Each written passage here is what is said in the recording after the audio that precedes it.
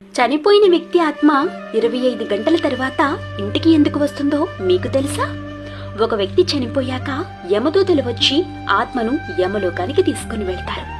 అతను చేసిన కర్మలను చూపించి మళ్లీ 24 గంటల తర్వాత ఆత్మని వాళ్ళింటి దగ్గర వదిలేసి వెళ్లిపోతారు. ఆత్మ 13 రోజుల వరకు వాళ్ళ కుటుంబ సభ్యుల మధ్యనే తిరుగుతూ గట్టిగా అరుస్తూ బాధతో ఏడుస్తూ ఉంటుంది. కానీ బ్రతికున్న మనుషులెవ్వరికీ కూడా ఆరుపులు వినపడవు, ఆత్మ కనిపించదు. తన శరీరంలోకి వెళ్లటానికి చాలా ప్రయత్నిస్తోంది, కానీ వెళ్లలేకపోతుంది. 11వ రోజున లేదా 12వ రోజున ఆత్మకి పిండం పెడతారు. 13వ రోజున ఆత్మ యమలోకానికి బయలుదేరుతోంది. ఈ ప్రయాణం 1 సంవత్సరం వరకు ఉంటుంది. ఈ ఆత్మ ప్రయాణం చాలా కష్టంగా ఉంటుంది.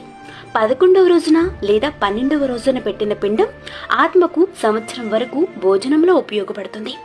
ఎవరైతే పిండం పెట్టరో వాళ్ళని యమదూత చనిపోయిన వ్యక్తి ఆత్మ పెట్టిన పిండం ఆత్మకు సంవత్సరం వరకు భోజనంలో ఉపయోగపడుతుంది. ఎవరైతే పిండం పెట్టరో వాళ్ళని యమదూతలు బలవంతంగా లాక్కొని వెళ్తారు.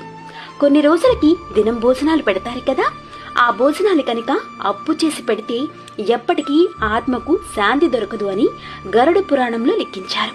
ఈ వీడియో నచ్చినట్లయితే